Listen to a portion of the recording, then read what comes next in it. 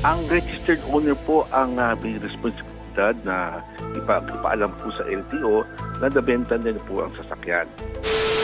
Nasa ating linya ngayon si ASEC Vigor Mendoza ng Land Transportation Office, isang napaka-importanting paksa sa mga motorista na nakikinig po ngayon sa atin. Ito po, makinig kayo mabuti para sa kaukulang guidance po sa atin ng LTO sa ating pong pagbebenta ng ating mga motor vehicle. Naglabas kayo ng pahayag na gagawa ho kayo ng kaukulang pong panuntunan para doon sa pagpaparehistro sa LTO noong mga ibinebentang motor vehicle. Paano po ito? Opo, Manong Ted, no? Kasi nakita po natin dito sa mga nakaraang, ito lang recent mga road rage incidents, no? Kasama na dyan yung pagpatay ng ating isang opisyalis ng LTO, no? Na nasasalin-salin yung sasakyan. Alam naman natin yung mas lalo na kung motorsiklo, nalilipat-lipat na sa ibang tao. Before we know it, hindi na natin alam sino may-ari ng sasakyan. Alam niyo naman, under the law, the registered owner is presumed to be liable, no? Kung ano man ang mangyari sa sasakyan na yan.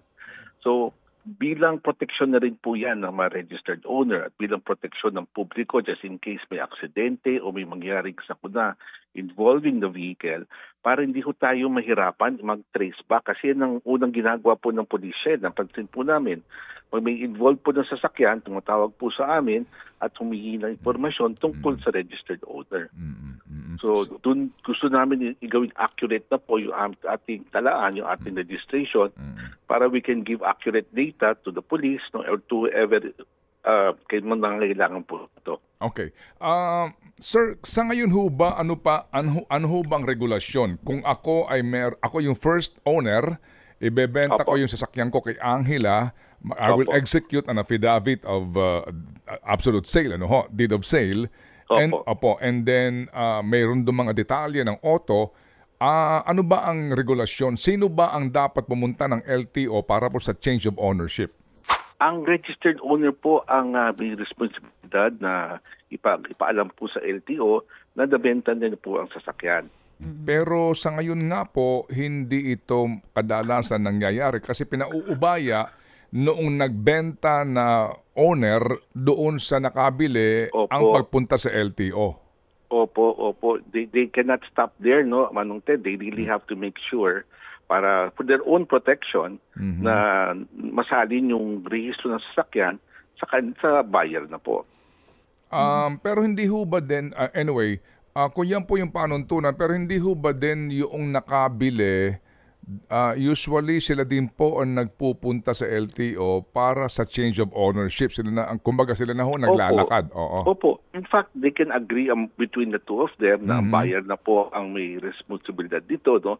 But as far as LTO is concerned and the public as a whole, no, they will always hold the registered owner liable. Okay.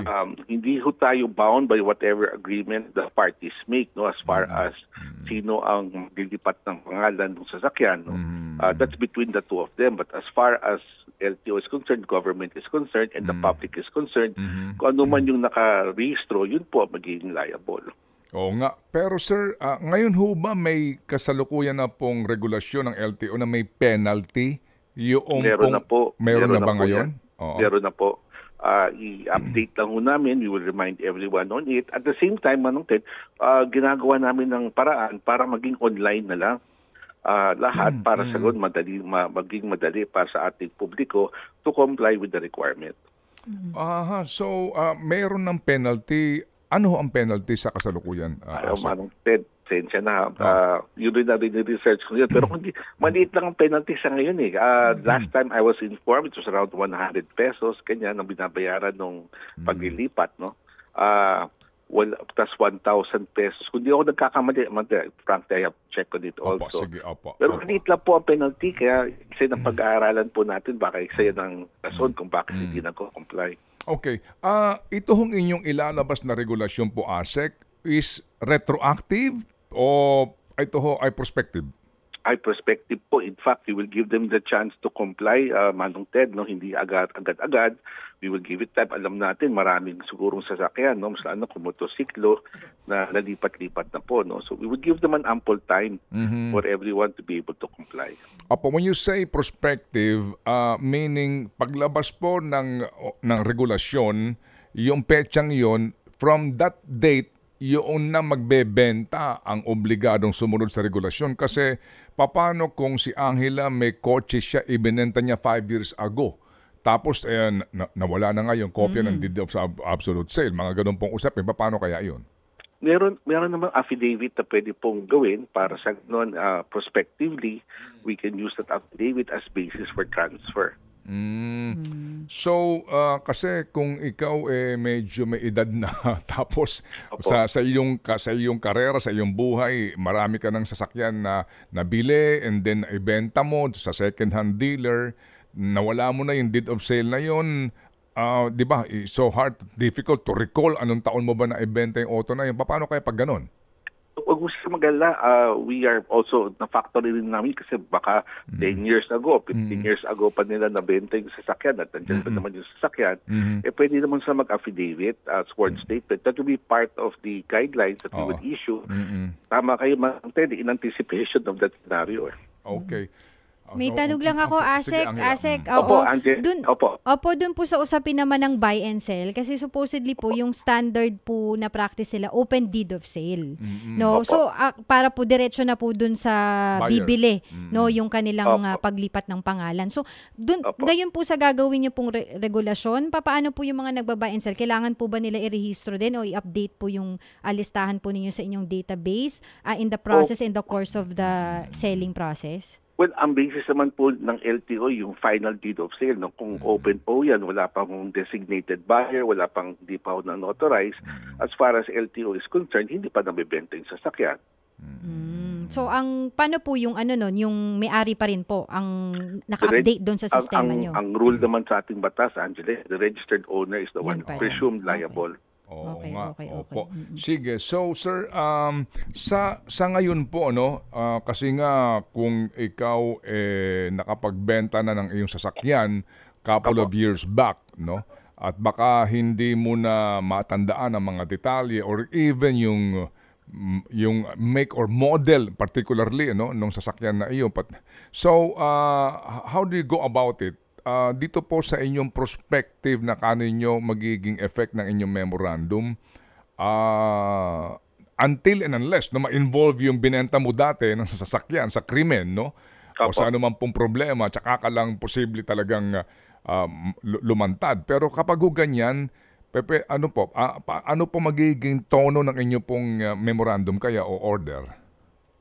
Alam mo, magandang tanong yan, Manong Ted, frankly, hindi ko naisip yan na makakalimutan nila yung make or model ng sasakyan, details involving the vehicle. But if such scenarios occur, siguro maganda magtayo kami na parang help desk for those unique cases para sa matulungan natin yung may hawak ng sasakyan ngayon na mapalipat sa tamang pangalan. Pag-iisipan ko, ma'am, thank you for the input. Hindi ko naisip po yan na baka hindi na maalala yung detalye. Opo. Pati ho sa mga motorsiklo, kung sakasakali nga. Particularly mga motorsiklo din, Opo. Good point po. I did not think about that. Ipa-factor natin. Okay, sige. So, sa ngayon po kasi, Asek, dito po sa nangyari nga sa Mercedes-Benz na ginamit ng gunman, lumalabas po na yung owner na nakarehistro, yung pinuntahan ng mga pulis, hindi na sa kanya yung kotse. Hindi ko pa kami sigurado kung nung sasabihin po hindi pa lumalantad? Hindi pa lumalantad po? June 6 pa ho yung hearing po nila, So I do not want to preempt what the gunman is saying. Pero na-background check na ho namin yung sasakyan na yan. At gusto ko nga marinig ko nung sasabihin ng gunman sa June 6 disregarding the newspaper reports and all that, ano sasabihin niya sa affidavit niya. Opo. Kasi po din, di ho ba, Asek, pati yung change of color ng motor vehicle, obligado ka na mag-affidavit dyan and to inform LTO, di ba? Hindi lang po LTO, pati CHPG po yan, na kailangan may clearance po sa CHPG ho yan. Oo, kasi ano ho ba ang violation? Kasi ngayon, napapansin mo, Angela, doon sa mga mabuting-ting, nag-i-sticker sa buong kotse, nagbabago ng kulay, binabago na po yung kulay. So, opo. Ano ba ho ang penalty sa ganun na ikay nag-change color ng iyong sasakyan, ng iyong motorsiklo, nang hindi ka nag-aabiso sa LTO o sa HPG? I have to change color. Pero tama ho kayo, Manong Ted, no? Requirement po yan. Changing color is a substantial change in the registration of the vehicle. Kasama yan sa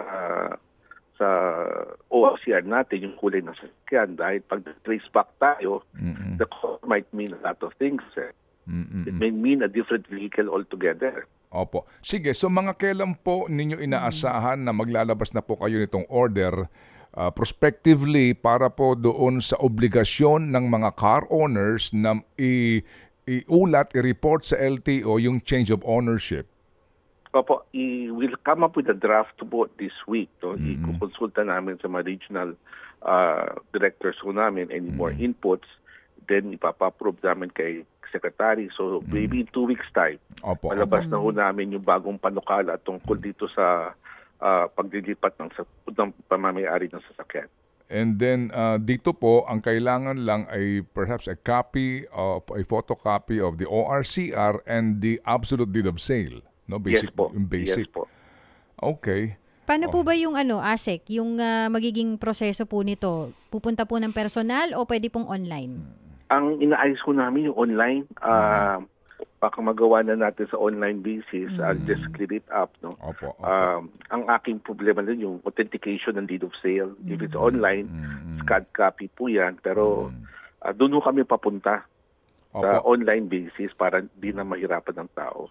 But usually po kasi hindi naman na notaryado yung yung deed of sale po. Well, is that still valid? Kasi di ba usually po nagpipirmahan lang kayo ng deed of sale tapos bahala na yung buyer. Pwede ho bang kahit na hindi notarized basta pinirmahan po ng both parties? Pwede na, no? Gusto sana natin public document, Manong Ted, no? But we're reviewing that also kung private document kasi valid sale rin naman ho yan eh. It does not have to be notarized to be a valid sale, no? Pero siyempre alam mo na, mas maganda pag public document kasi may mga liabilities attached to a public document including falsification of a public document. Kasi po ang siguro baka ang problema mo dito, maaaring nakapagbenta ka ng motor vehicle, may hawak ka na kopya, na retrieve mo yung kopya ng absolute deed of sale na pinirmahan ng buyer pero hindi mo na siya makagilap. Diba? Opo. Yes, yan pinactor ho natin sa panukalang gagawin ho natin, no? Na we will already accept a private document as a valid proof of the sale.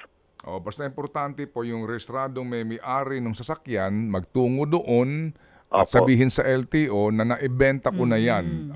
At kung sino yung buyer, kung nawalan ka na ng kopya ng deeds of sale mo, baka hindi mo na matandaan yung pangalan nun. Basta sabihin mo na lang na naibenta mo na yan para may record na po kayo. Para sworn statement na lang kung gagawin natin yan. Okay, sige po. So kami po I will let you know, Manong Ted. Paglabas ko, papadala doon kayo ng kopya ng ating panukala. Opo, sige po. Para din po tayo, makatulong po sa inyo para sa papalaganap ng impormasyon.